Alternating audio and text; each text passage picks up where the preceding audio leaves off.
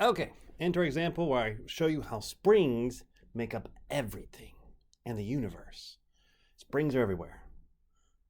Should be string theory, it should be spring theory. Okay, so steel rod of 0.5 centimeter diameter and 10 meter length is stretched 4 centimeters. Okay, lots of numbers.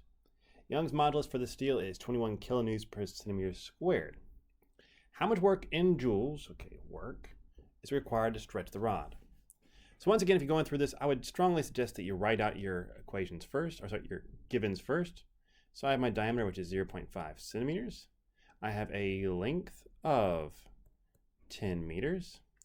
I have a distance that has been stretched. I'll make that x. It is 4 centimeters. As a note, it doesn't really matter what symbol you use. It's kind of good to use the same ones the book uses so you don't get confused, but do what you want. I'm not going to judge you. And my modulasticity, or Young's modulus, is 21 kilonewtons per centimeter squared. Okay. And oh yeah, we want to find work. That's kind of important. So if I'm going to do this, I better get started. So first off, we had this equation from earlier. Work is equal to the integral of our force over distance. And because any solid material kind of acts like a spring, the force changes the further I try to stretch it.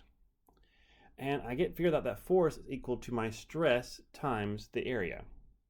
Now, here's the hard part. What the heck is stress? Now, if I have everything correctly, I don't believe you probably even run into solid mechanics yet. So in this case, I'm going to give you that. Stress right here is this guy. It's more or less normalized force. Because, if you have a big column and you have a small column, well, I don't care if they can hold the same amount of force, because you get the idea that a small column made from the same material will be able to hold less force. What I care about is more about how the area changes the amount of force they can hold. And these two values, if it's the same material, would be equal for the same force in different areas. So stress is equal to normalized force. And we have this equation right here, which is what's called Hooke's law. You're like, wait, wasn't that the same thing for a spring? Yeah, there's a bunch of Hooke's laws, and I don't know why they didn't just name them different things, but that's how we are. That's your life now. So the second thing right here, this is the modulus elasticity, or Young's modulus. It is incredibly equivalent to your spring constant, because the larger your spring constant, the more force you have to apply to stretch something. Similarly, the larger your stiffness constant, or Young's modulus, the more it will take to stretch it, the more stress to stretch it. And then this last bit right here is what's called the strain.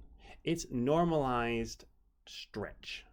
So like if I have a very long, very, very long bar, and let's say I'll make it easy myself, make it 10 feet.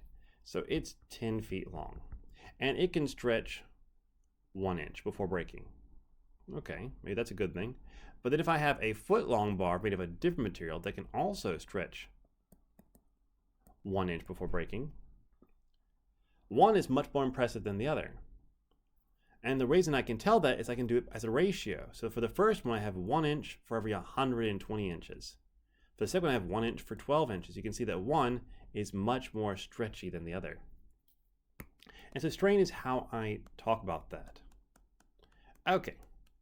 So with that in mind, we now have an equation for our force, which is this guy right here, which we'll have to multiply by the area.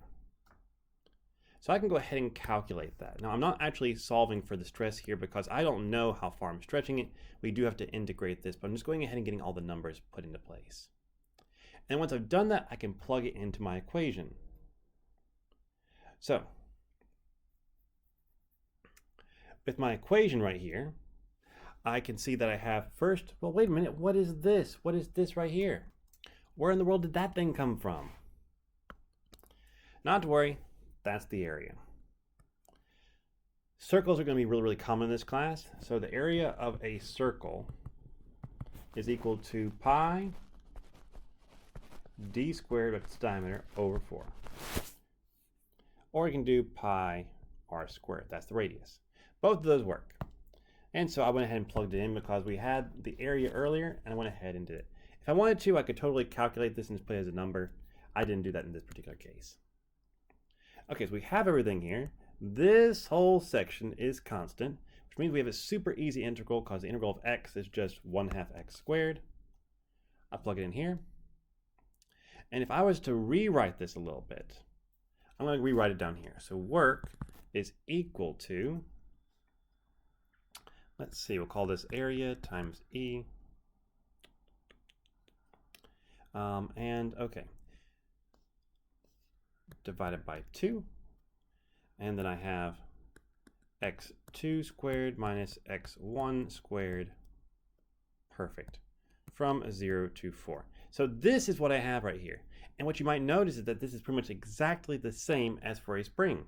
Work will be equal to k over 2 x2 squared minus x1 squared. So it's not perfectly the same. There is a bit of a difference here. But it's very, very similar in form, which is why I say they're so close together.